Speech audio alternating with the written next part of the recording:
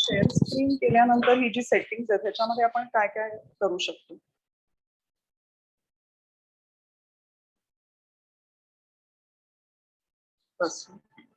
हे नाही ना त्यांच्यामध्ये?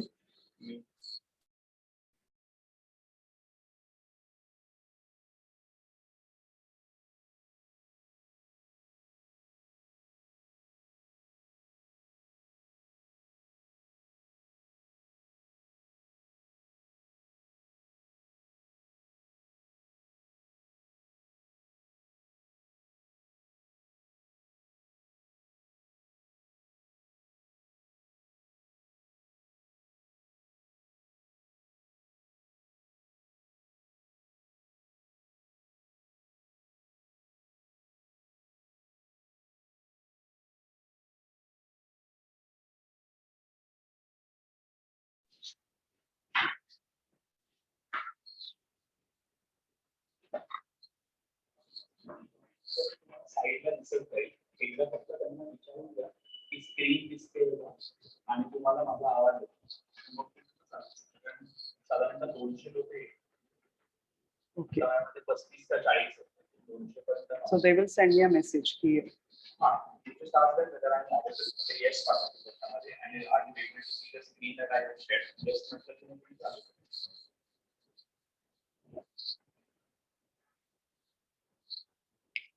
Good morning, everybody. I hope you can see me and you can see the screen.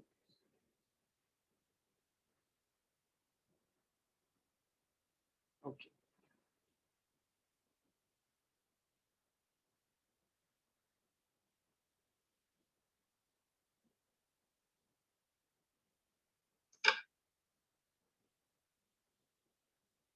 Yes, good morning.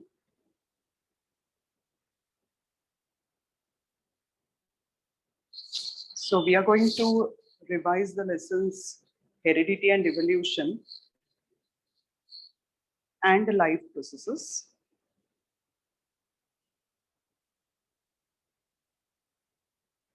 Okay, so I'm just going to explain the lessons. And if you have any doubts, you can put them in the chat box because we won't be having sufficient time to discuss the doubts today. But whenever I will get time, I'll answer your questions. And even the MCQs we will be discussing later. So today there will be only explaining of the lessons.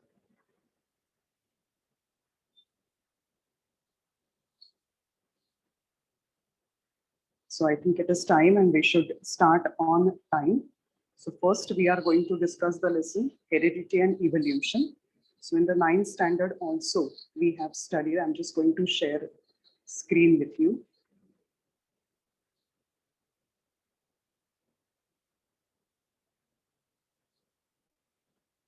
Okay, so in this lesson, you can see that the first thing which is given is the definition of heredity.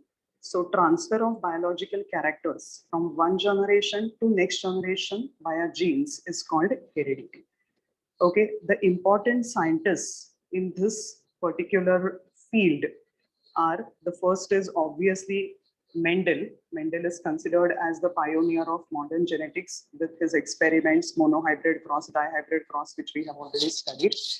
Okay, then Hugo de Vries, he gave the mutational theory. So sudden change which occurs in the gene is called a mutation. So genetic mutational theory was given by scientist Hugo de Vries.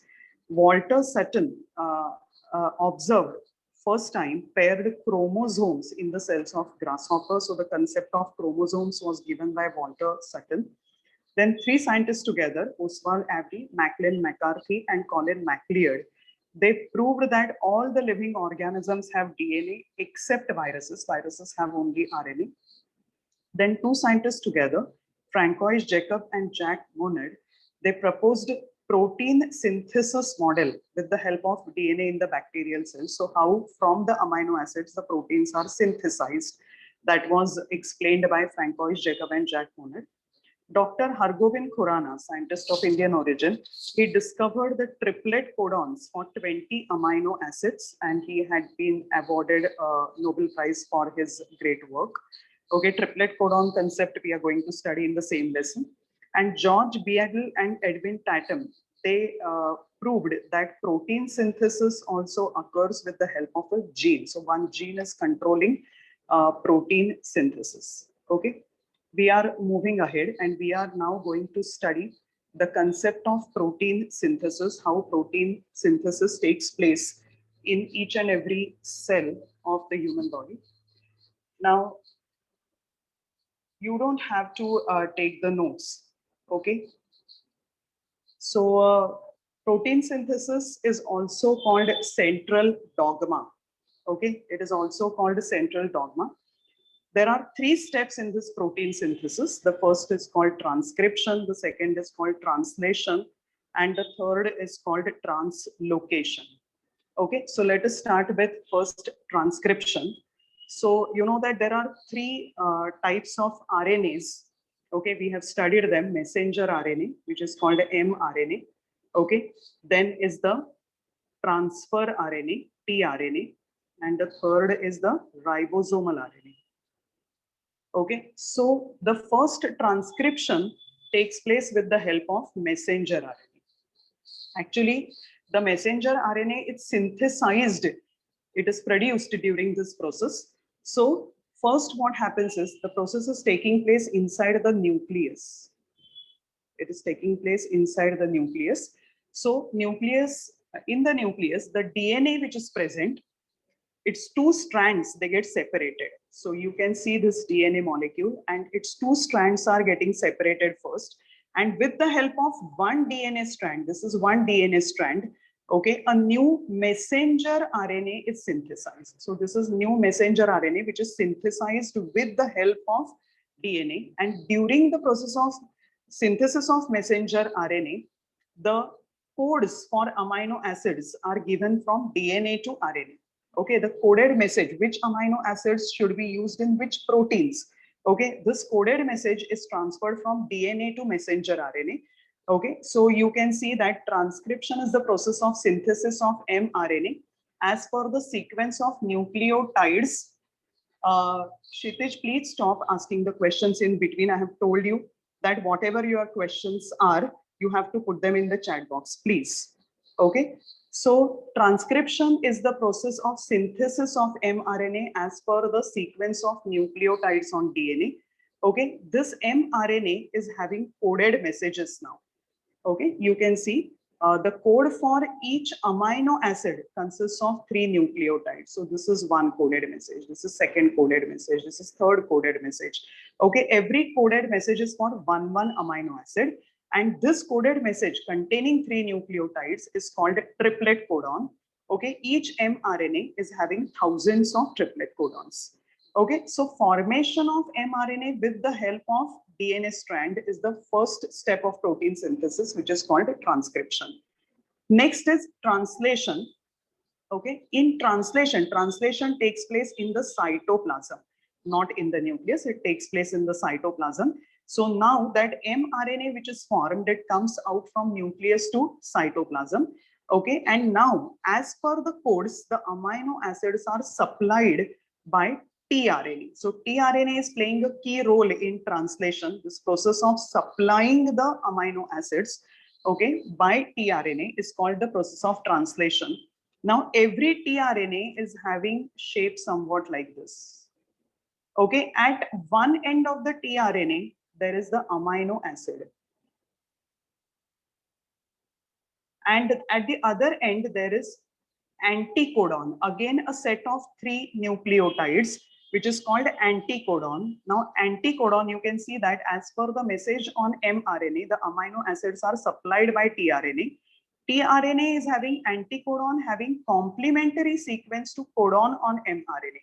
So you can see the first codon on mRNA is AUG. Okay, so what is meant by complementary sequence? You know that A always, if it is a DNA, 2 DNA strands, then A always combines with T and G always combines with C. But if it is the RNA, in RNA, this T is not there. Instead of thymine, there is uracil present. So A will always combine with U and G will always combine with C. So you can see this codon and anticodon complementary sequences. Here the A on the mRNA is combining with U. Okay, U is combining with A and G is combining with C. So this is called an anticodon. So now, as per the message on mRNA, the amino acids are supplied by tRNA. Every tRNA is having anticodon having complementary sequence to codon on mRNA. So this process is called translation process, where the tRNA is supplying the amino acids. Every tRNA, you can see this amino acid, you can see this amino acid, you can see this amino acid. Okay, the last step is translocation. Okay, translocation is brought about by ribosomal RNA. Okay, ribosomal RNA is present inside the ribosome. You can see this ribosome. Inside this ribosomal RNA is present. So ribosomal RNA will form peptide bonds between the amino acids. So this first amino acid is linked with the second amino acid. Second amino acid will be linked with the third amino acid, and then the tRNA will go away. Okay, this linkage is done with the help of peptide bonds. Okay, and the protein will be formed. Now, during this process, this outer ribosome inside which the ribosomal RNA is present is moving from one end of mRNA to other end by a distance of 1 triplet codon. Okay, so initially, if it is present over here, the next it will be present like this by a distance of 1 triplet codon. Okay, so that movement of the ribosome on mRNA is called translocation process. During translocation, first, all the amino acids will be combined. Okay, so amino acids brought by tRNA are bonded by the peptide bonds with the help of ribosomal RNA. And during this process, the ribosome moves from one end of mRNA to the other end with the help by the distance of 1 triplet codon. Okay, so during transcription, translation, and translocation, the protein is synthesized. During transcription, first the mRNA will be formed with the help of one DNA strand. It takes place inside the nucleus. Then is the translation. Now that mRNA comes out in the cytoplasm, and then the tRNA will supply the amino acids. Okay, every tRNA is having anticodon. And then during translocation, all the amino acids which are supplied by tRNA will be connected with the help of peptide bonds. Okay, and during this process, the ribosome is moving from one end of mRNA to the other end. So that is called translocation. So this is the process of protein synthesis, which we have studied. Okay, after that, we are going to just get introduced to evolution. Okay, so evolution is nothing but formation of new species due to changes in specific characters of several generations of living organisms as a response to natural selection. Now, what is natural selection? Darwin's theory that we are going to study later. So first, basically formation of new species very, very slowly, that is called the process of evolution. Okay, it is proved that 3.5 billion years ago on the earth, there were only basic elements present like carbon, hydrogen, oxygen, nitrogen, etc. Basic elements were present. Then they slowly started reacting with each other to form simple compounds. So simple compounds like carbon dioxide, ammonia, methane, water, okay, all these simple compounds were formed from the basic elements. Now these simple compounds, they reacted with each other to form complex, means large and complicated molecules. Okay, so proteins were formed, carbohydrates were formed, lipids were formed, nucleic acids like DNA, RNA. These were the complex compounds which were formed slowly. Okay, now all these compounds, especially in the water bodies like seas and oceans, all these compounds came together, okay, and they formed a material called protoplasm. Okay, protoplasm is considered to be the life material.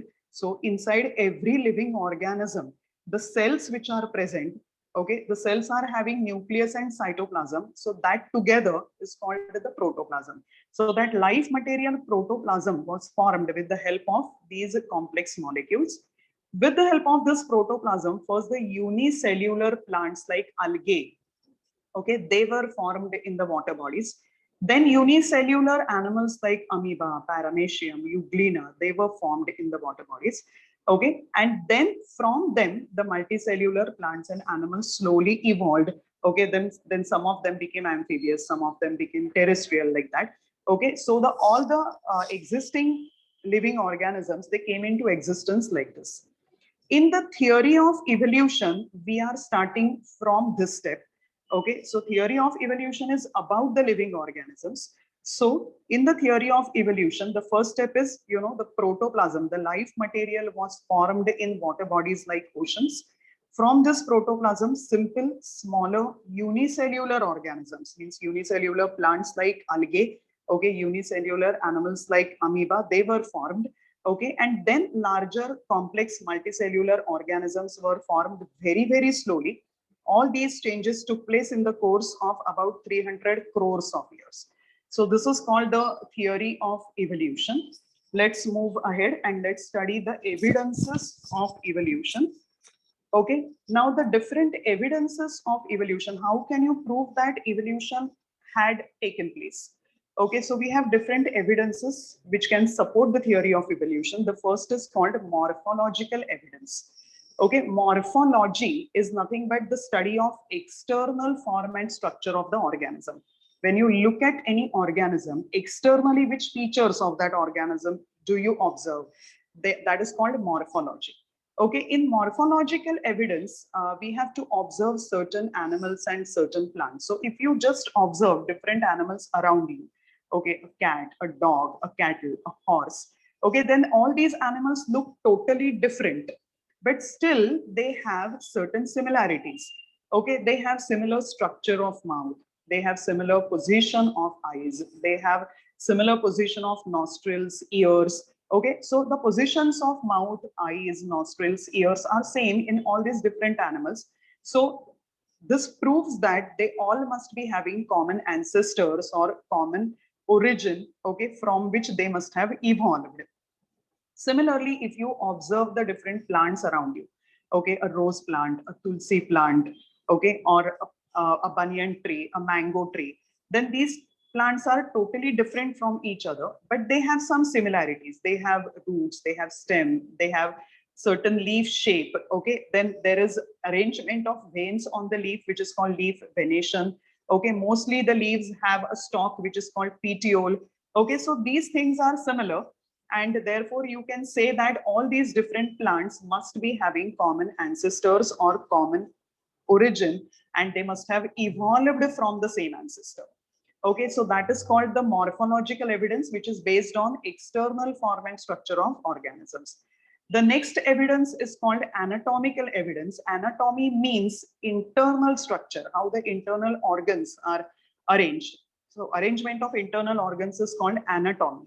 So in anatomical evidence, one example is given. If you compare a human hand, a cat's foreleg, front leg of a cat, okay, bat's patagium. Patagium is the wing-like structure with the help of which a bat can fly.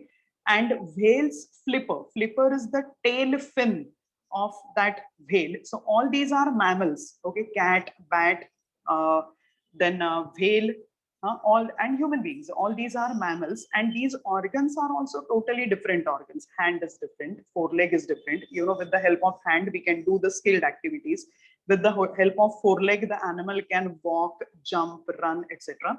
With the help of patagium, the bat can fly, and with the help of flipper, whale can change its direction while it is swimming. So these are totally different, morphologically totally different organs, and their functions are also different. But if you see the internal bone structure of all these organs, then Internally, they all have similar bone structure. They have similar bone joints. So these different animals having different organs, but inside the organs, if the bone structure is similar, you can say that they must be having common ancestors. They must have, all these mammals must have evolved from the same origin. Okay. The third evidence of evolution is the vestigial organs. Vestigial organs are the degenerated or underdeveloped, useless organs of organisms. Okay, in certain organisms, certain organs have no function at all. Okay, for example, in human body, there are many organs which are useless. Okay, but these organs may be active in other organisms, and that shows the common origin. So you can see that in human body, appendix is present. Okay, this appendix is a part of our digestive system, but it has no function in the digestive system. It is useless in the humans. So you can call it a vestigial organ in human body. But the same appendix is present in ruminants, the cattle. Okay, and there it is functional. Actually, in the ruminants or cattle, the appendix helps to digest the cellulose. It helps the animal to digest the cellulose which is present in the plant food. Okay, so you can say that appendix is present in human beings also and in ruminants also. So these two must be having common ancestors. Okay. The other example of vestigial organ is the muscles of ear pinna and tailbone, which is also called coccyx. So human beings are having ear pinna. Pinna is the external part of the ear. Okay. And tailbone is also present in the human body at the end of our vertebral column. The lowest part of the vertebral column is the tailbone. Okay. The muscles of ear pinna and tailbone, they are vestigial organs in human body, but they are functional organs in the body of monkey. Monkey can move the muscles of ear pinna. Okay, monkey has a tail, so the tailbone has a function. But in human beings, these organs are vestigial. Okay, so you can say that human beings and monkeys must be having common ancestors. Okay, wisdom teeth, which we get at very late age, body hair, which are present on the human skin, they are vestigial organs, useless organs in human beings. But the same organs are functional in other mammals. Okay, in other mammals, the wisdom teeth help in the digestion. Okay, body hair help in protection from the cold. Okay, but all these vestigial organs prove that different animals are having common origin. Okay, so we have studied the morphological evidence, anatomical evidence, and vestigial organs. Okay, the next evidence which we are going to study is the paleontological evidence. Okay, now paleontology is nothing but studying the fossils, the dead, buried remains of the organisms which are found in the layers of the earth. They are called fossils. Whenever a fossil is found, the age of the fossil is determined first. How old is that fossil? Is it 500 years old or is it 1000 years old? That is first determined. And when the age of the fossil is determined, the method which is used is called carbon dating method, which is given by scientist Willard Libby. Okay, now what is this carbon dating method? You know that our body, since we are eating the food is having carbon compounds, you know, all proteins, carbohydrates, lipids, the nucleic acid, everything which is present in the food, they are carbon compounds, and carbon has two isotopes, C12 and C14. Okay, here 12 is the atomic mass number of this isotope, 14 is the atomic mass number of the other isotope. This C14 is a radioactive isotope, and C12 is non-radioactive isotope. Okay. Now, when the organism is alive, that time, the ratio of C12 to C14 is a constant ratio in the body of the living organisms. Okay. But when the organisms die, okay, when the organisms die, their carbon consumption stops, means the organism stops eating the food. Okay, and once the organism stops eating the food, this ratio of C14 is to C12 changes. Because why does it change? Because C14 is a radioactive isotope, C12 is a non-radioactive isotope. Okay, and C14 is constantly getting converted into C12 by giving out the radiations. Okay, so since C14 is converting into C12, the level of C14 or the amount of C14 in the dead body decreases and the amount of C12 in the dead body increases, and the ratio of C14 is to C12 changes. Okay, and from the changed ratio, okay, the age of the fossil is determined. We are not studying the exact method, we are just studying the concept behind it. Okay, so the age of the fossil is determined. Now the oldest fossils, so this is called carbon dating method. Just try to remember this. This is called carbon dating method, and this was given by scientist Willard Libby. It is observed that in the lowest layers of the Earth's crust, okay, there are fossils of invertebrate animals like starfish, snail. Okay, so you can say that initially these animals were only present on the Earth. Above, in the layers above them, there are fossils of Pisces, means fish-like animals. In the layers above them, there are fossils of amphibious animals like frog, salamander, etc. Above them, there are fossils of reptiles like snake, crocodile, etc.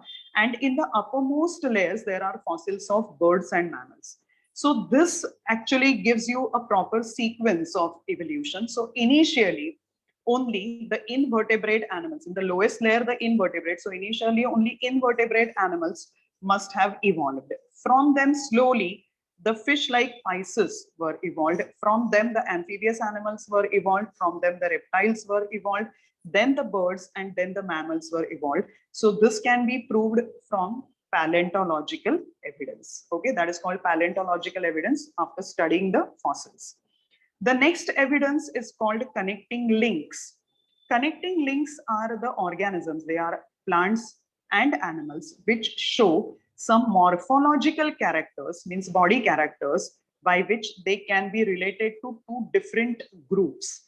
Okay, so one organism is showing the similarity with two different groups. So you can call that organism a connecting link. For example, peripatus. Peripatus is a connecting link between Annelida and Arthropoda. You know that Annelida are ringworms and Arthropoda are mostly insects. So peripatus has some characteristics similar to Annelida, some characteristics similar to Arthropoda. So you can say that Arthropoda, the insects, must have evolved from the Annelida or ringworms. Okay, duck-billed platypus. It has some characteristics similar to reptiles, some characteristics similar to mammals. Okay, so you can say that mammals are evolved from reptiles. Okay, lungfish is having some characteristics similar to amphibians and some characteristics similar to Pisces or fishes. So you can say that the amphibians are evolved from fishes. Okay, so these connecting links are also considered as the one of the evidence of evolution. Okay, let us move to the next part. So after that, we are going to study the embryological evidence. The last evidence is embryological evidence. So embryo is the undeveloped, unborn animal is called the embryo. If the different embryos, if you study the embryo of fish, embryo of salamander, embryo of tortoise, chicken, pig, cow, rabbit, and man.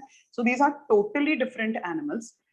But in the embryo stage, their embryos are extremely similar, especially in the initial stage of the embryo group. Okay, now here the fish belongs to Pisces, salamander belongs to amphibian, tortoise is a reptile, chicken is a bird, and all these pig, cow, rabbit, and man, they are mammals. Okay, but in the initial stage, their embryos are very, very similar. Okay, later on, when the embryo develops into the animal, then the different characteristics are developed and then they look different. But similarity in the initial stages of embryos indicates the common origin of all these animals. All these animals must be having common origin. They must have evolved from the same origin.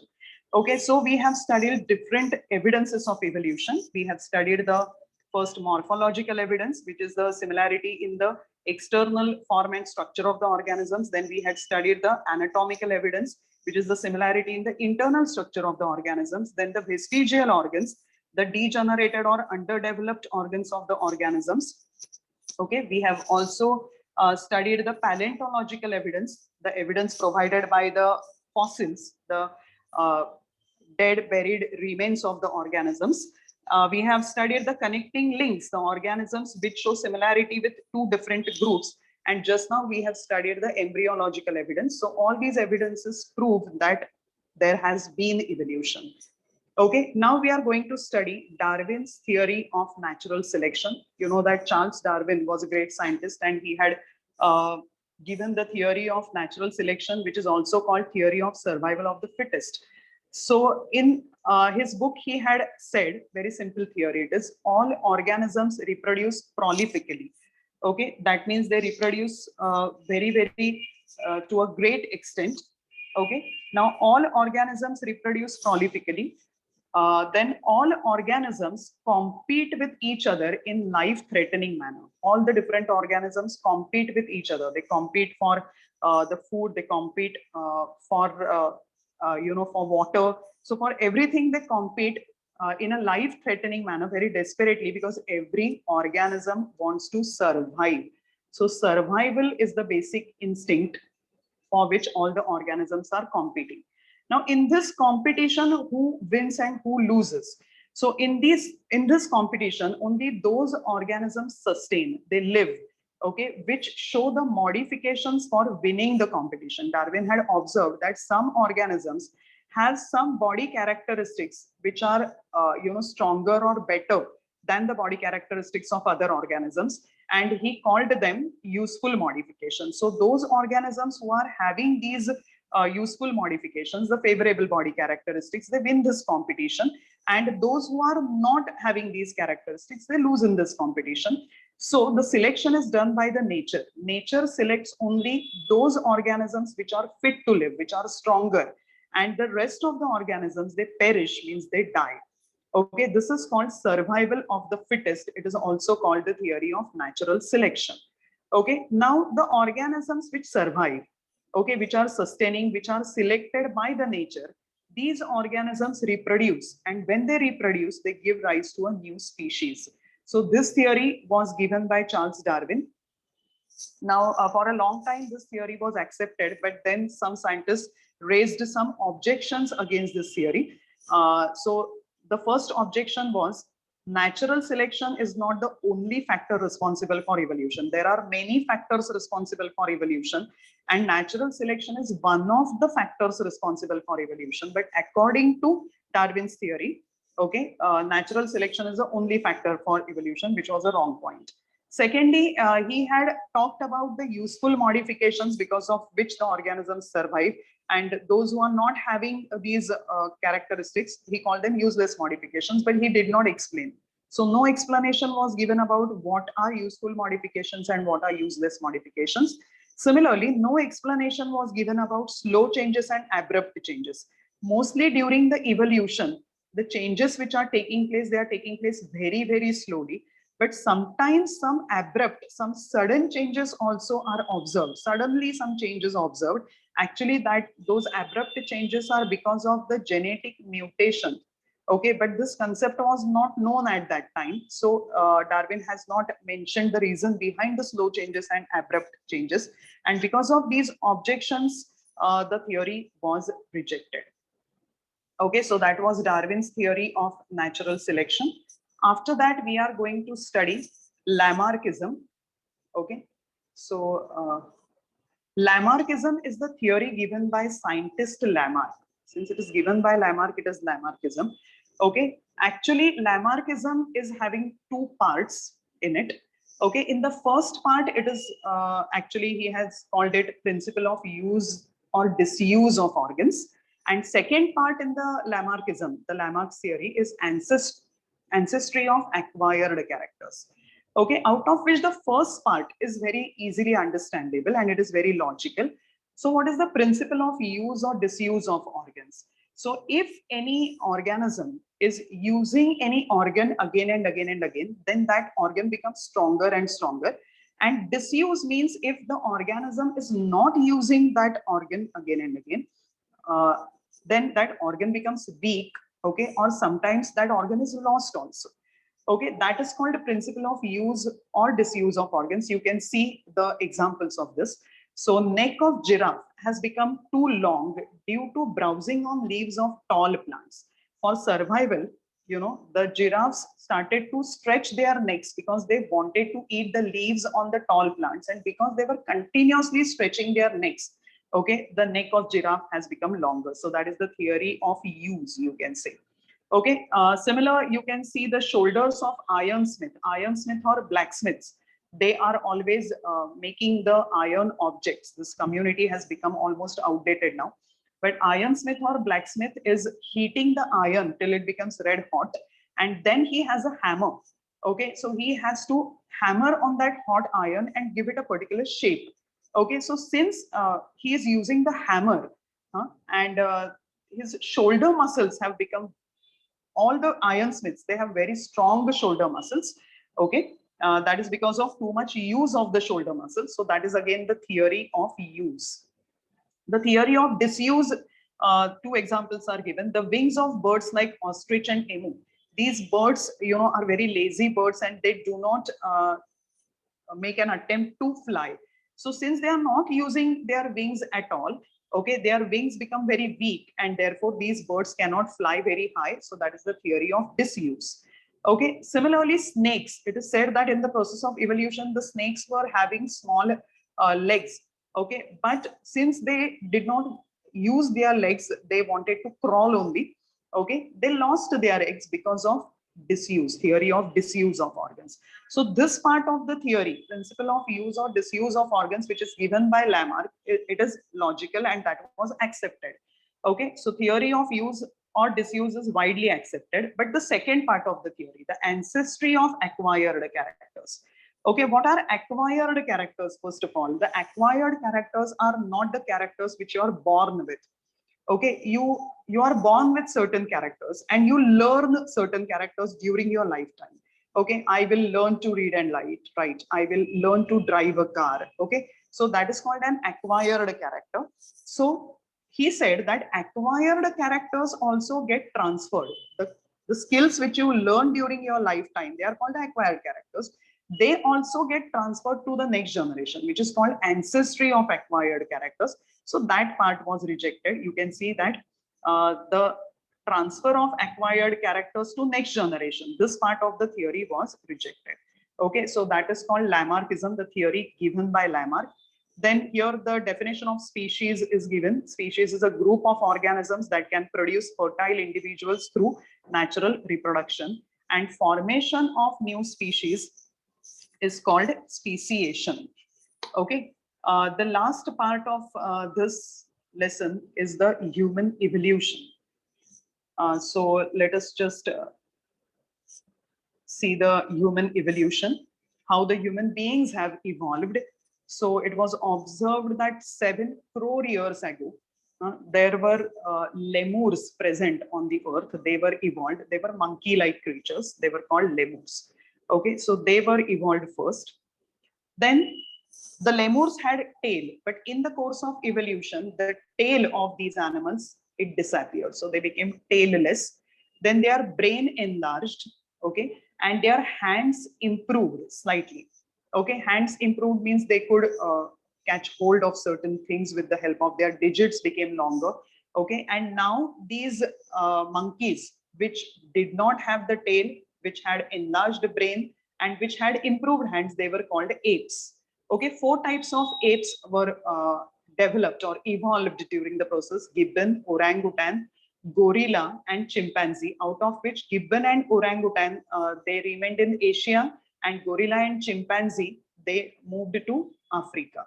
Okay, so 2 apes in Asia, 2 apes in Africa, and these apes, they started using their hands for eating the food and for doing other work. If you have seen the other quadrupeds which are having the 4 limbs, they just walk and run with the help of their 4 limbs, and if they want to eat food, they will just take their mouth to near the food. Okay, but these my voice is cracking for everybody. Okay, so Aditya, you must be having some internet issue at your end. Okay, so I will just continue with it. So these organisms, which were these 4 apes, gibbon, orangutan, gorilla, and chimpanzee, They started using their hands for eating the food, which was not similar to the other animals. Okay, so their front two limbs now were called hands, and they started eating the food. They, with the help of their hands, they picked up the food and brought the food to their mouth. Okay, then their habitat changed. Habitat means the living place. They started living on the land. Initially, they used to live on the branches of the trees. Okay, so it was called arboreal. Arboreal animal is the animal which lives on the branch of the trees. And now they started living on the land, means they became terrestrial now. Okay, then their pelvic girdle. Pelvic girdle means the lower back bones. They developed, they changed, and their posture became slightly erect. Okay, when the posture became erect, they became bipedal. Okay, so this bi means two. So they started walking on their two legs, and their hands now became available for use. Continuously, the hands became available for use. So that was a major change in the posture. Ramapithecus was the first human-like animal. The fossils of Ramapithecus are found. He was the first human-like animal which was developed from the ape. Then Ramapithecus developed further into Australopithecus. Australopithecus was bigger in size and his brain was more developed, so he was more intelligent. Okay, then in the course of time, skilled human was developed. Okay, he could carry out many skilled activities. Skilled human was developed, and he was a member of genus Homo. Okay, animals belonging to genus Homo, they have a large cranium, means a large skull. So obviously the brain is larger.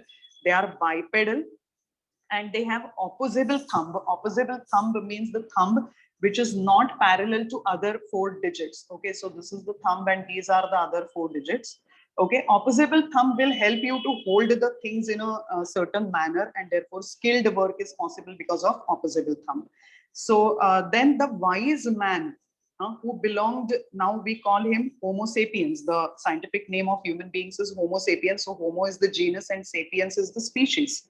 Okay, so wise man was developed who discovered fire. Fire discovery was a landmark discovery in the evolutionary history of man, because fire,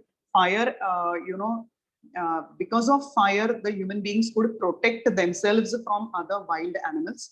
And with the help of fire, the food could be cooked. So any type of food could be cooked and it was made digestible and could be eaten by human beings. Okay. Then the brain was evolved further, and Neanderthal was the first example of the wise man. Okay. Then from Neanderthal, the next evolution was Cro-Magnon man. Cro-Magnon man was evolved, who had a broader face. Other animals are having a narrower face. Human beings are having a flat and broad face. Prominent nose. The other animals have just the nostrils. Okay, human beings are having a prominent nose, a projected nose, and bigger skull. Obviously the brain is much more developed, okay, in Cro-Magnon man. And then the man started, first he was a wandering animal like other animals, but then he settled at one place. He started to practice agriculture. Okay, then he settled and he developed the villages, the towns, the cities. Okay, so that is the evolutionary history of the human beings. Okay, so that was the first lesson, heredity and evolution. In this lesson, we first studied the process of protein synthesis, in which there are new proteins are formed from amino acids. Three steps are there: transcription, translation, and translocation.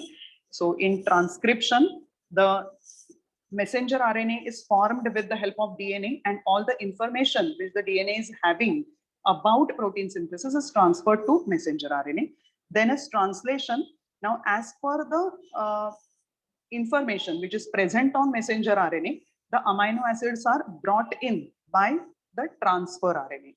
So that is called translation. And then in translocation, with the help of ribosomal RNA, all these amino acids are linked to form the new protein. After that, we had studied the process of evolution. Evolution means formation of new species. Okay, that is called the process of evolution. So first we had studied that 3.5 billion years ago, only basic elements were present on the earth. And From the basic elements, the simple compounds like carbon dioxide, ammonia, methane, they were formed.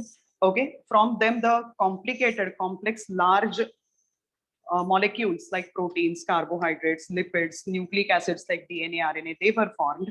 All these came together in the seawater to form the life material, which was called protoplasm. From the protoplasm, the unicellular plants like algae were developed. From them, the unicellular animals like amoeba, paramecium, they were developed. And then slowly, multicellular plants and animals were developed. So this we had studied.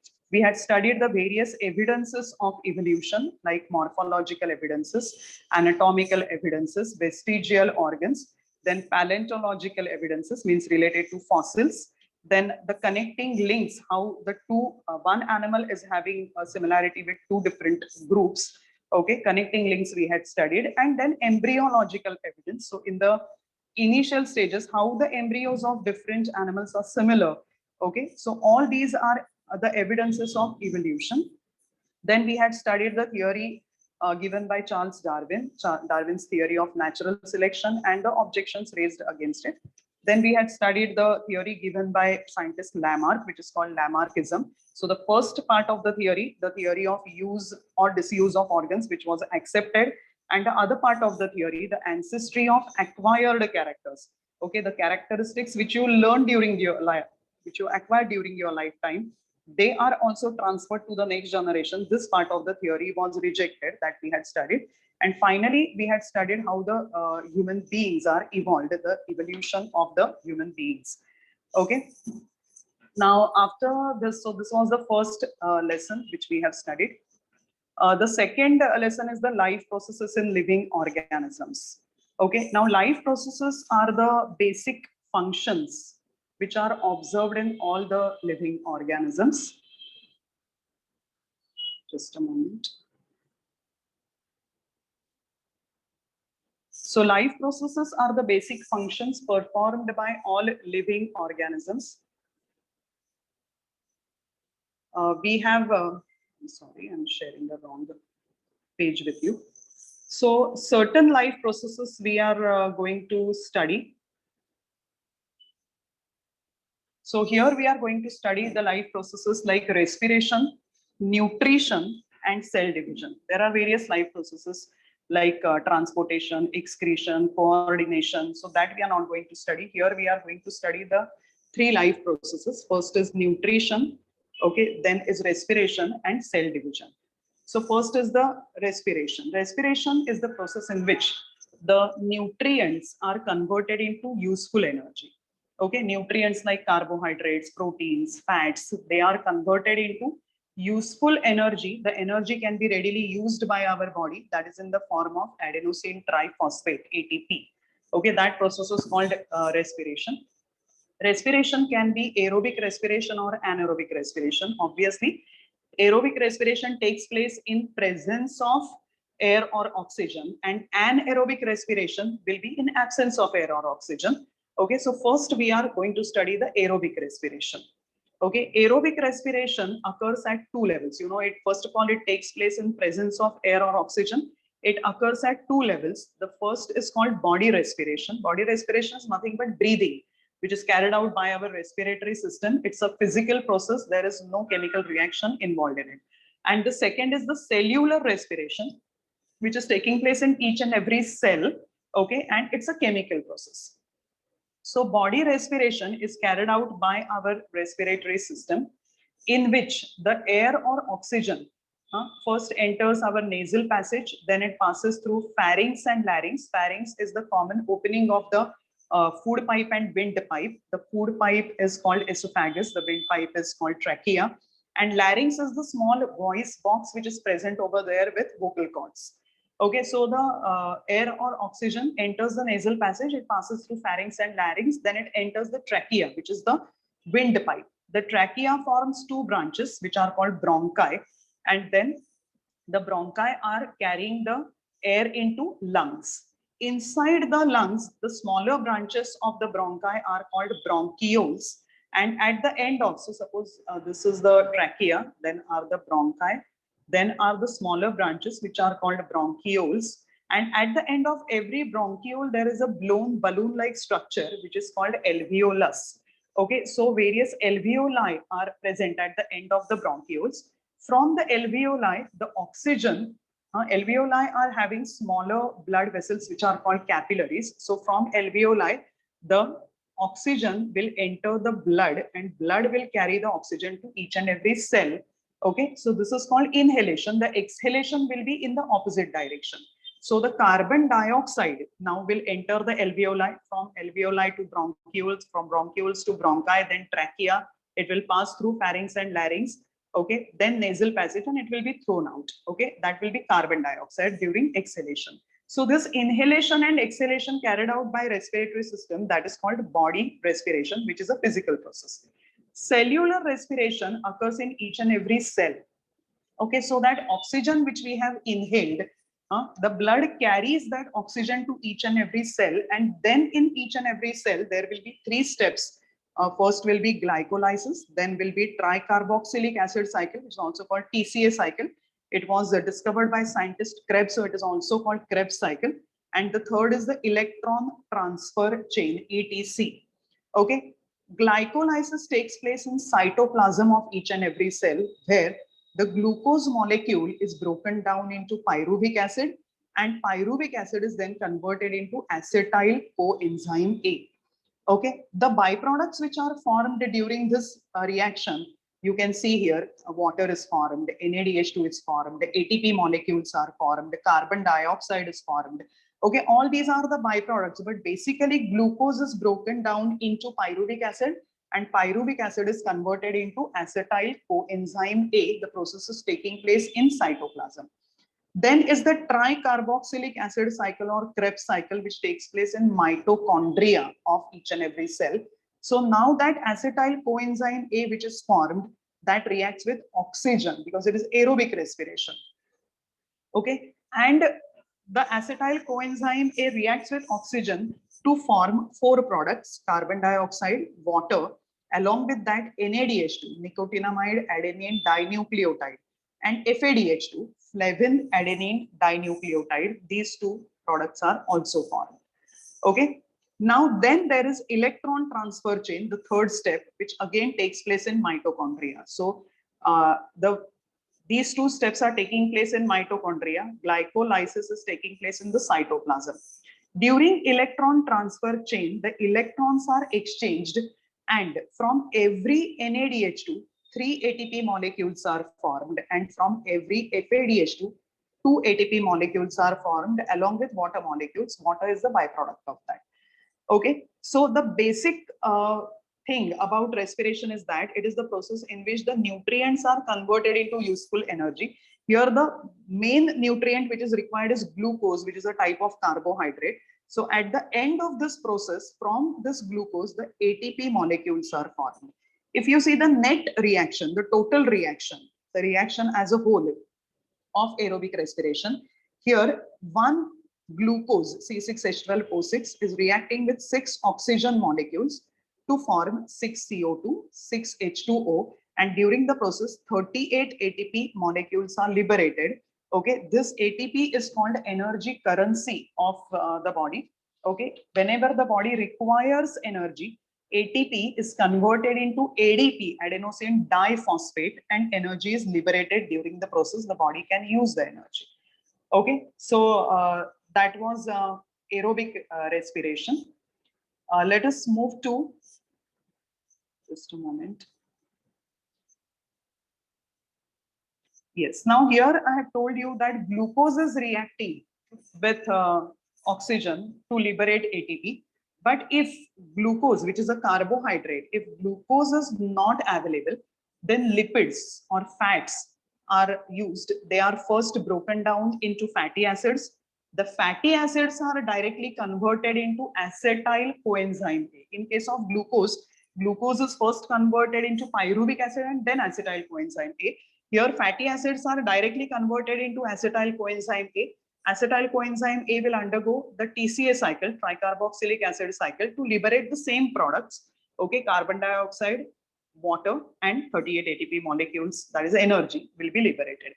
If lipids are also not available, then the last source of energy is proteins.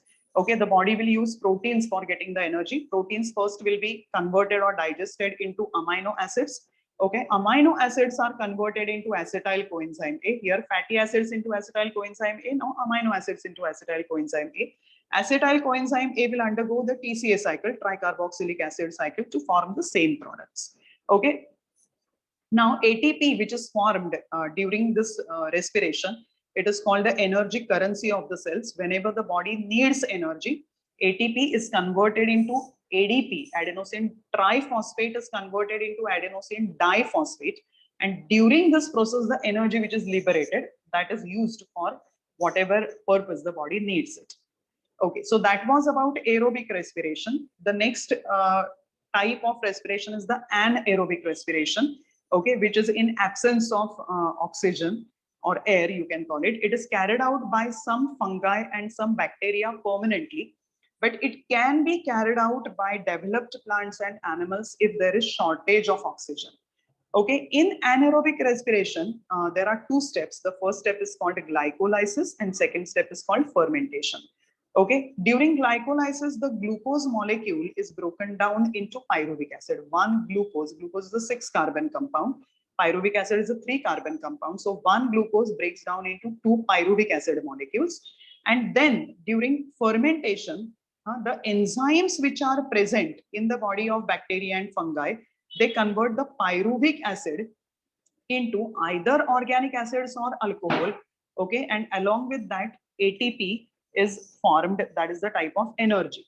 Now, generally, organic acids are formed if it is the animal cell, and alcohol will be formed if it is the plant cell.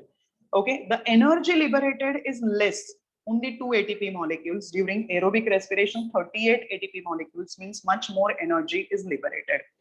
Okay, so this is anaerobic respiration, which is generally carried out by some bacteria and some fungi. Okay, but in higher plants and animals, means developed plants and animals also, if there is oxygen shortage, then anaerobic respiration can take place in that particular body part. For example, during seed germination, when the seeds are germinating, when they are sprouting, okay, they need more oxygen. Okay, during this time, if the soil in which the seed is present is waterlogged, if there is excessive water present in the soil, then the seeds do not get sufficient oxygen, and then they carry out anaerobic respiration, okay, because of oxygen shortage. Similarly, in human muscle cells also, when you are performing exercise, the muscle cells require more oxygen. But if that much oxygen is not available in the body, then the human muscle cells perform anaerobic respiration.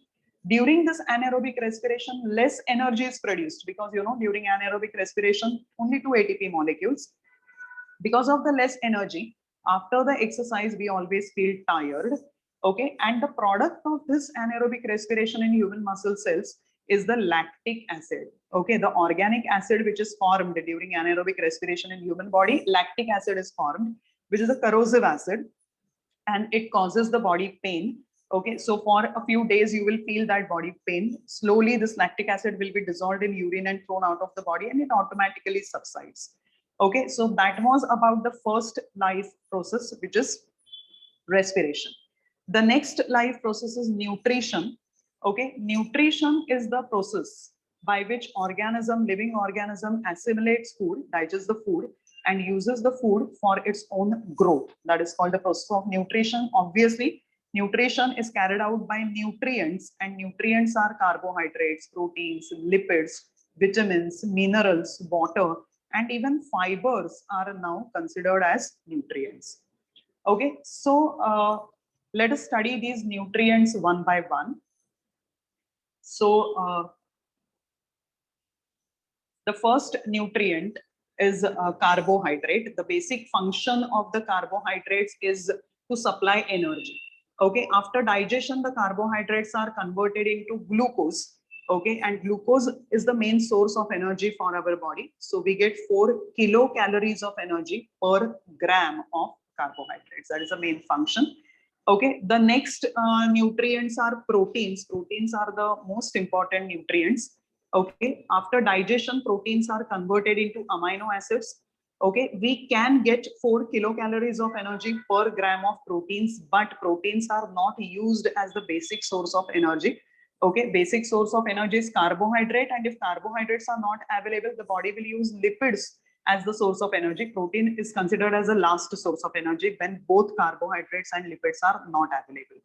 Okay, if excess of amino acids, proteins are converted into amino acids. If excess of amino acids are formed, if they are present in the body, they are converted into ammonia, and then they are excreted through urine. Okay, sometimes excess proteins are converted into glucose. Okay, they are stored in the liver in form of glycogen. So this conversion of proteins to glucose is also called gluconeogenesis. Now, different proteins are playing different roles in different organs. Okay, so skin is having proteins like melanin and keratin. Keratin is the protein in the hair. Okay, melanin gives color to our skin. In the bones, there is a protein called osine. Okay, then in the cell membrane, also proteins are present. The enzymes which are present in the cells, which are the biochemical catalysts, they are also proteins. In the pancreas, pancreas is the part of the digestive system. Pancreas are having a hormone insulin and an enzyme trypsin. Okay, so insulin hormone and trypsin enzyme both are proteins only. The pituitary gland, which secretes various hormones, all the hormones of the pituitary glands are proteins. In the muscles, there are proteins like actin and myosin. And in the blood, there are proteins like hemoglobin. Hemoglobin is present in the erythrocytes or red blood cells. Antibodies are produced by the white blood cells or leukocytes. Okay, all these substances, they are proteins in nature. So proteins are playing various important roles in our body. But if carbohydrates and lipids are not available, proteins can supply energy to the body, 4 calories per gram. Okay, lipids is the third nutrient. Lipids are digested to form fatty acids and alcohol. Okay, and from the lipids, the main function of lipids is to supply energy, and they also are carrying out various functions. So how much energy, maximum energy is given by lipids? We get 9 kilocalories per gram of lipids. Okay, the plasma membrane, which is the covering around each cell, it is made up of phospholipids. So here lipids are playing an important role. Okay, fatty acids, lipids are digested into fatty acids. Fatty acids are required for producing various hormones like estrogen, progesterone, testosterone, aldosterone, etc. And fatty acids are also required to produce the covering of the axon, the nerve cells, which are also called neurons. They have a long thread-like part attached to them, which is called axon. It's very, very delicate. And the covering around it, the myelin sheath, which is present around it, it is made up of fatty acids. Okay, excessive lipids, if they are present in the body, then they are stored in adipose connective tissue. Mostly this tissue is present below the skin. So excessive lipids are stored in adipose connective tissue. Okay, after carbohydrates, proteins, and lipids, we are going to study the next nutrient, and the next nutrient is going to be vitamins. Okay, so let us see the vitamins. Vitamins, they are of two types. Okay, fat soluble vitamins, okay, which are insoluble in water but soluble in oily substances, and water soluble vitamins. So fat soluble vitamins are vitamins A, D, E, and K, and water soluble vitamins are vitamins of group B complex and vitamin C. These are water soluble vitamins. Okay, the vitamins are required in very, very minute quantity for proper functioning of our body. Okay, here we are just going to take examples of two vitamins which are playing an important role in the respiration. So vitamin B2, which is also called riboflavin, is required to produce FADH2. FADH2 is the main intermediate product of respiration. Okay, and vitamin B3 or nicotinamide is required for producing NADH2. But various vitamins, vitamin A is required for proper functioning of the eyes. Vitamin D is required for proper functioning of the bones. Vitamin E is required for proper function, proper reproduction actually. Vitamin K plays an important role in digestion.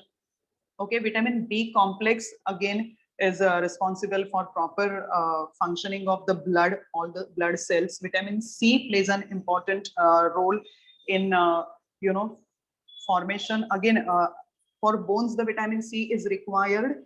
And if vitamin C is not present in our body, then the diseases like scurvy can be caused, in which there will be bleeding of gums. So the dental health is also depending upon vitamin C. So all these vitamins are playing an important role in our body, and they should be part of our diet. Then are the minerals. Okay, various minerals like calcium, phosphorus, iron, iodine are required for proper functioning of various organs. So calcium and phosphorus are required for proper health of bones. Iron is required for formation of hemoglobin in the blood. Iodine is required for proper functioning of thyroid gland and thyroxine production. So minerals should be a part of our food. Water, obviously, each cell is having 70% water by weight. So water is required for proper metabolism. Metabolism means all the chemical reactions which are taking place in our body. They are called the metabolic reactions. So water is required for metabolism. It is also required for insulation. Insulation is the temperature control. We are warm-blooded organisms and our body temperature remains constant. So maintaining the constant body temperature is called insulation. Water is playing an important role in metabolism and insulation. Okay, fibers cannot be digested. Fiber is actually in the vegetarian food. The cellulose, you know, the cell wall of the every plant cell is made up of cellulose. Okay, and that is the fiber actually.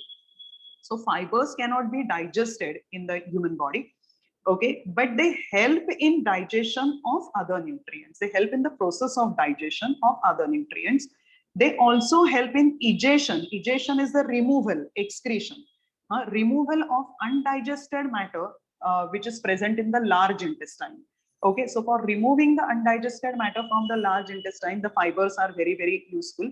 We obtain these fibers from the green leafy vegetables, from the fruits, okay, from the cereals like wheat, rice, jawar, bajra, etc. And fibers are playing an important role in the digestion. So these are all the nutrients which are important for the life process, nutrition. Okay, after that, we are going to study the process of cell division. I'm sorry. Okay, we are going to study the process of cell division. So it is the process by which, you know, one parent cell divides into two or more daughter cells.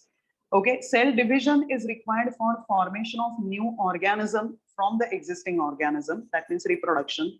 Okay, it is also required for growth of the organism. It is also required for restoration of emaciated body part. The body part which has become weak because of some wound or because of some disease, that is called emaciated body part. You know, it gets restored, it becomes normal after some time. That is because of the process of cell division. Okay, cell division is of two types, mitosis and meiosis. So we are going to study both the types of cell division, mitosis in detail, meiosis in short. Okay, now mitosis takes place in the somatic cells and in stem cells. Somatic cells are the non-reproductive cells of the body. They are called somatic cells, and stem cells are the original cells of the body which have not yet differentiated into tissues. Okay, the original cells of the body, they are called stem cells. So in somatic cells and stem cells, the type of cell division is always mitosis. Okay, in the beginning, actually there is a phase called interphase in which the chromosomal number becomes double. The original chromosomal number is called 2n, okay, where the chromosomes are always present in the pairs, okay, and the number of pairs are called n. So if it is the human body, there are 23 pairs of chromosomes. Okay, so we can say that n is equal to 23. Okay, so 2n means 23 into 2, 46. I'm just giving you example. So n is always number of pairs. So here in the interphase, in the beginning, the chromosomal number, whatever is the chromosomal number of that particular cell, it becomes double from 2n to 4n. Okay, and now each chromosome is having two parts which are called two chromatids. You can see that these are two chromatids. So one chromosome, it has become double. It is having two chromatids. This is the first chromatid, this is the second chromatid, and the point where they are attached to each other, that is called centromere. Okay, and then the mitosis takes place in two steps. First, there will be karyokinesis, means nuclear division, and then there will be cytokinesis, means cytoplasmic division. Okay, karyokinesis or nuclear division is completed in 4 steps: prophase, metaphase, anaphase, and telophase. Okay, so in karyokinesis, the first step is prophase, where the chromosomes, which are generally long and thin, they become now short and thick. Okay, centrioles duplicate. Okay, this star-shaped body is centriole. Okay, and wherever they move, centrioles, they are called the poles of the cell. And so here, this is one pole and this is another pole, and this will be the equator.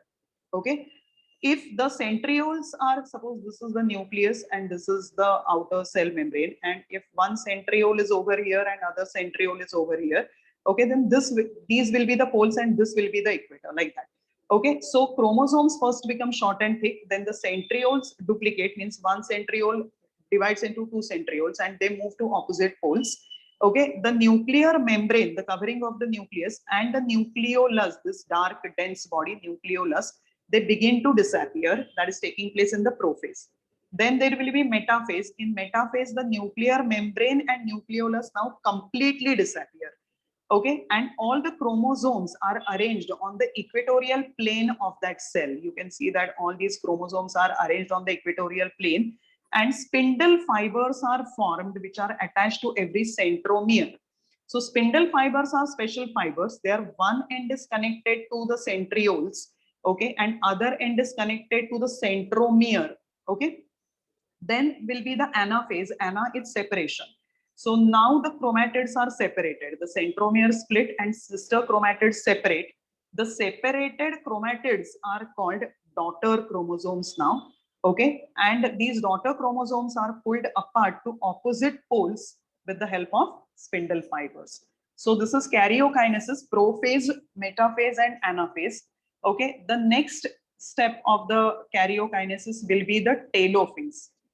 Okay, in the telophase, just a moment. In the telophase, the chromosomes which had become short and thick, they become long and thin again.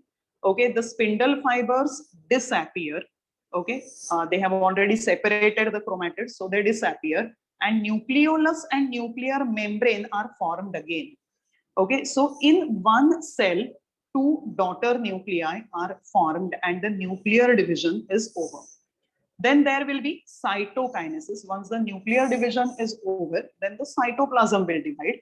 Okay. Now, in the animal cell and in the plant cell, the cytoplasm divides by different methods.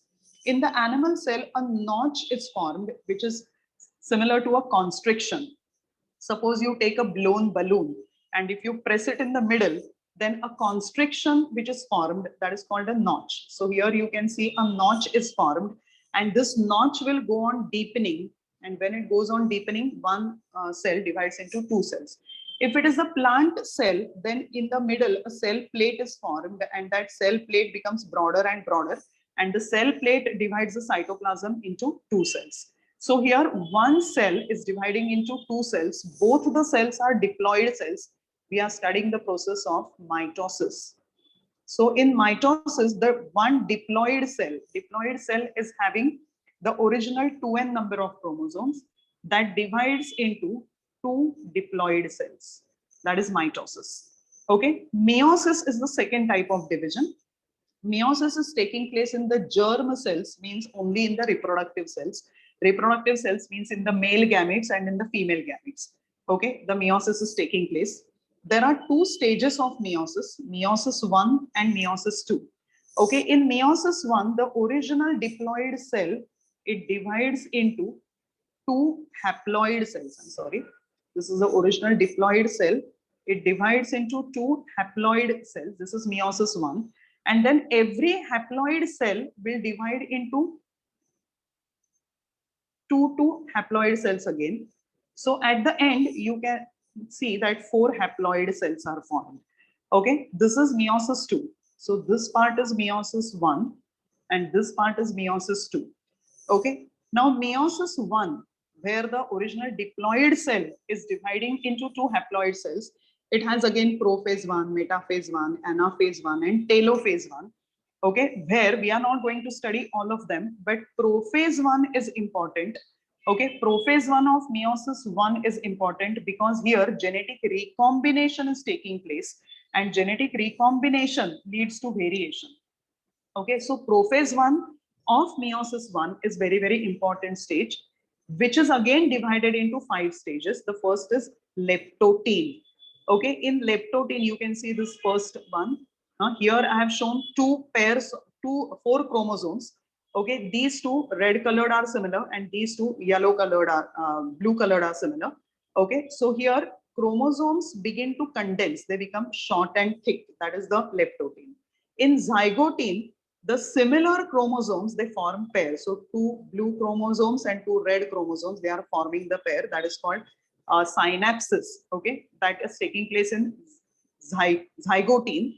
Okay, and you can see that these pairs are attached to each other. Okay, between the blue pair and between the red pair, there is one binding material present, and that binding material is called synaptonemal complex that is formed between the pairs of the chromosomes. Then is pachytene. Okay, pachytene is the most important process. Okay, because here the genetic material is exchanged. So one blue chromosome and one red chromosome, they have crossed over.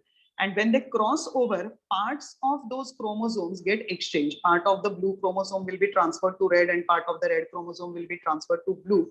Okay, that is called crossing over of genetic material that is occurring between non-sister chromatids, means the different chromosomes. Okay, and this is called genetic recombination, which leads to variation. Okay, the organisms of the same species also, they are not exactly similar to each other, they look different because of this crossing over and because of this variation. Okay, then is diplotin, where the synaptonemal complex, this binding material, it disappears. Okay, and then there is diakinesis. Diakinesis, where chromosomes condense, nuclear membrane disintegrates. You can see this fifth diagram here, the outer nuclear membrane is absent. Nuclear membrane disintegrates. Okay, so this prophase 1 of meiosis 1 is very, very important. And in this phase, the pachytene phase is the most important one, because here actual crossing over of genetic material is taking place. Okay, and therefore the variation is created. So meiosis leads to variation. We are moving to the last part of this lesson. You can see that this is followed by prophase 1 will be followed by metaphase 1. After that, there will be anaphase 1. There will be telophase 1. And during this, the diploid cell will divide into two haploid cells. Okay, then there will be meiosis 2. Meiosis 2 is very, very similar to mitosis because the number of chromosomes remain same. So every haploid cell is forming two haploid cells. Here, the number of chromosomes in the original cell and the newly formed cell will remain same. Similarly, other haploid cell also will divide into two haploid cells. So meiosis 2 is similar to mitosis. So two haploid daughter cells which are formed in meiosis 1, they divide to form totally 4 haploid daughter cells. Haploid is having half the number of chromosomes. Okay, due to genetic recombination, where is genetic recombination taking place? In the prophase 1 of meiosis 1. Because of genetic recombination, these 4 daughter cells which are newly formed, they are genetically different from each other, and they are different from the parent cell also, and this leads to the variation. Okay, and so these are the 2 types of cell division which we have studied. So this is the second lesson. Okay, it was life processes part 1. So in life processes part 1, which life processes we have studied? First, we had studied the process of respiration. Okay, respiration is the process in which nutrients are converted into usable energy, that is ATP.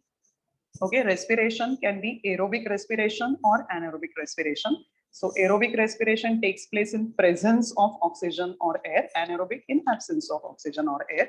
We had studied that in aerobic respiration, there are 2 levels: body respiration, which is breathing, and cellular respiration. Okay, so body respiration is carried out by our respiratory system, just inhalation of oxygen and exhalation of carbon dioxide. Cellular respiration is it is taking place in each and every cell. It's a chemical process which takes place in 3 steps. First is glycolysis, where the glucose is broken down into 2 pyruvic acid molecules, and then pyruvic acid is converted into acetyl coenzyme A. Then there will be tricarboxylic acid cycle, TCA cycle. It is also called Krebs cycle, in which that acetyl coenzyme A is combining with oxygen to form carbon dioxide, water, NaDH2 and FADH2. And then last step is electron transfer chain, where from NaDH2 and FADH2, ATP molecules are formed. From every NaDH2, 3 ATP molecules, and from every FADH2, 2 ATP molecules are formed. So in aerobic respiration, the total number of ATP molecules from every glucose will be 38. Okay, if the glucose is not available, then the lipids are used for obtaining the energy. Lipids will be first converted into fatty acids. Fatty acids will be converted into acetyl coenzyme A. It will undergo TCA cycle, and carbon dioxide, water and energy will be produced. If lipids are also not available, then the body will obtain energy from proteins. Proteins first will be broken down into amino acids. Amino acids will be converted into acetyl coenzyme A. Acetyl coenzyme A will undergo TCA cycle to produce carbon dioxide, water, and energy in form of ATP. Okay, so that was aerobic respiration. In anaerobic respiration, there are only 2 steps. The first is glycolysis, okay, where glucose is broken down into pyruvic acid. Second is fermentation, where pyruvic acid is acted upon by some enzymes to produce either organic acids or alcohol. If it is an animal cell, organic acids like lactic acids are formed. Okay. And if it is the plant cell, alcohol like ethyl alcohol will be formed. Along with that, only 2 ATP molecules will be formed. Okay. Fermentation is permanently carried out by the undeveloped organisms like bacteria and fungi, but it can be carried out by developed plants and developed animals if there is oxygen shortage. Okay, so that was respiration. After that, we had studied nutrition. Nutrition is the process by which living organism assimilates the food and uses it for its own growth. Okay. Now, nutrients are required to carry out nutrition. So first we had studied carbohydrates. The main function is to supply energy to the body. So they supply 4 kilocalories of energy per gram. Then we had studied proteins. Their main function is not supplying the energy. So if all other sources are not available, then only proteins will supply energy to the body. Okay, so if they need to supply energy, they will supply same energy as carbohydrates. So they will also supply 4 kilocalories of energy per gram. Okay, but their main functions are, different proteins are playing different roles in different parts of the body.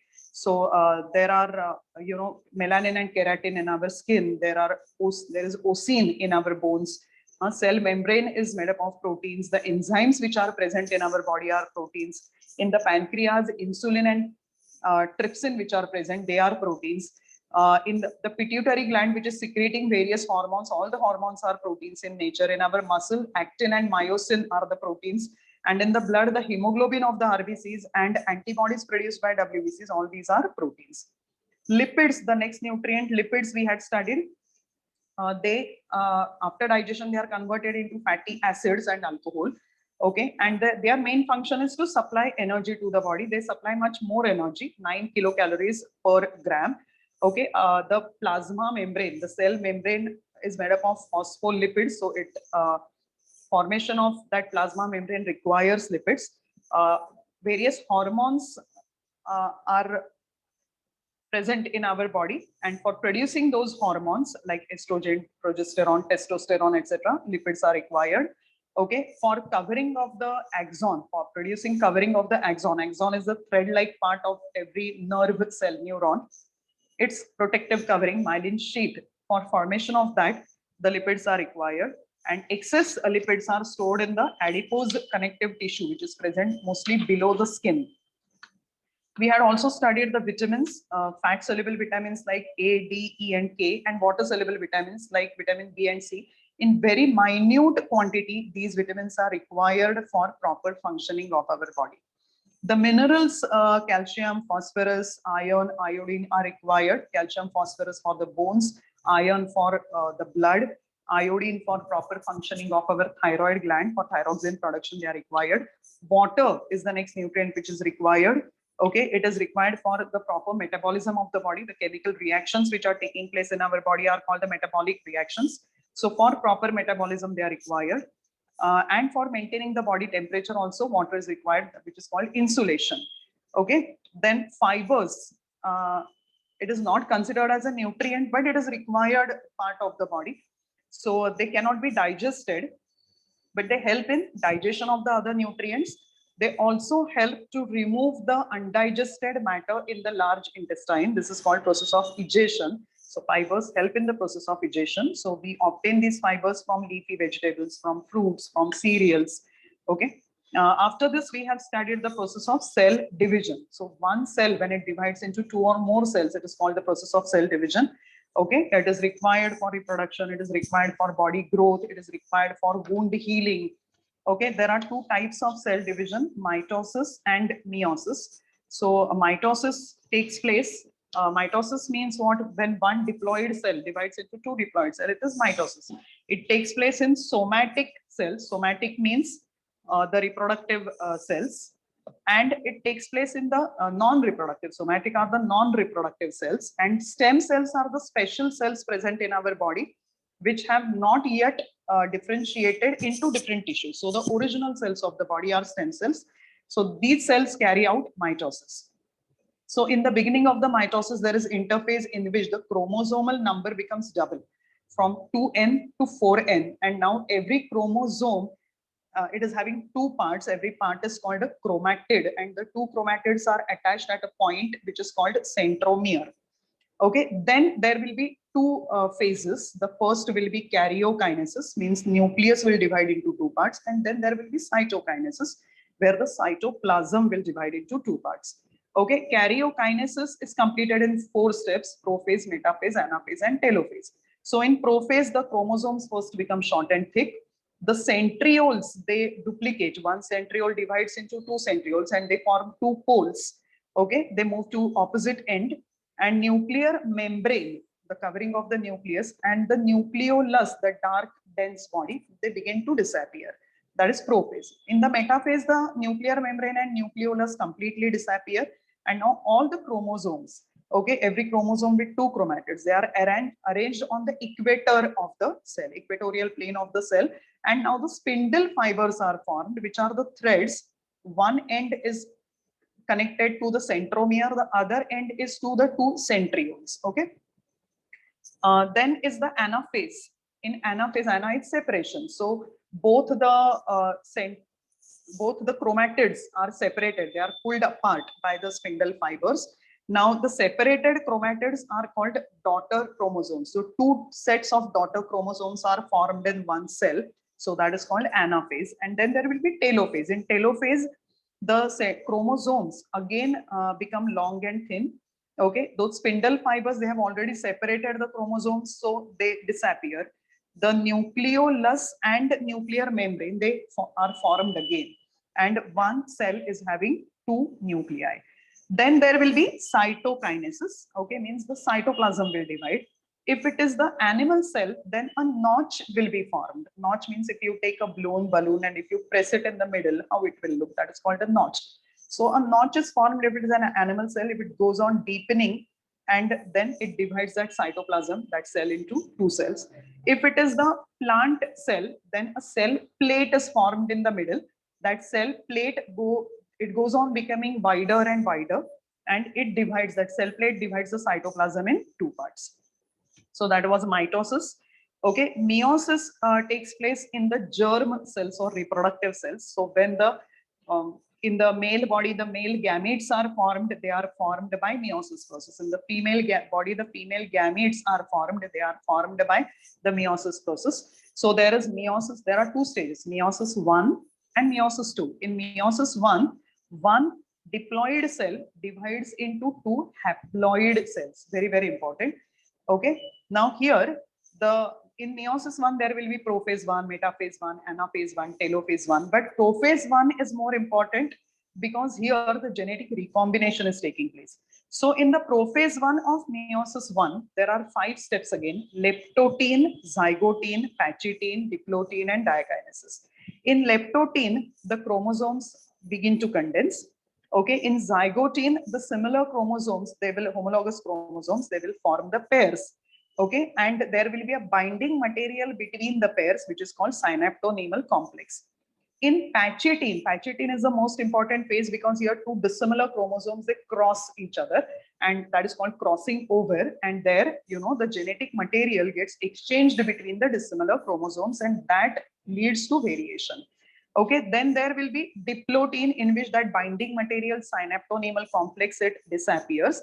And in diakinesis, the chromosomes condense completely and the outer nuclear membrane begins to disintegrate. Okay, so here in in meiosis 1, the one diploid cell, it will divide into two haploid cells. Then there will be meiosis 2, which is very, very similar to mitosis. Here now, both the diploid cells, they will divide, both the haploid cells which are formed during meiosis 1, they will divide, okay, and totally 4 haploid cells will be formed. Because of the genetic recombination, the 4 haploid cells which are formed, they are genetically different from each other. They are not exactly similar to each other, and they are different from the parent cell, and they are different from each other also. And that leads to variation. Okay, so this mitosis and meiosis. So we have studied here the first life process, which was respiration, then nutrition, and then cell division. Okay, in the next lesson, that is life processes part 2, we will be studying the life process reproduction, asexual and sexual. Okay, so if you all are having any doubts, you can put them in the chat box. We will answer them next time. Okay, so I'm ending this class. Thank you, everybody.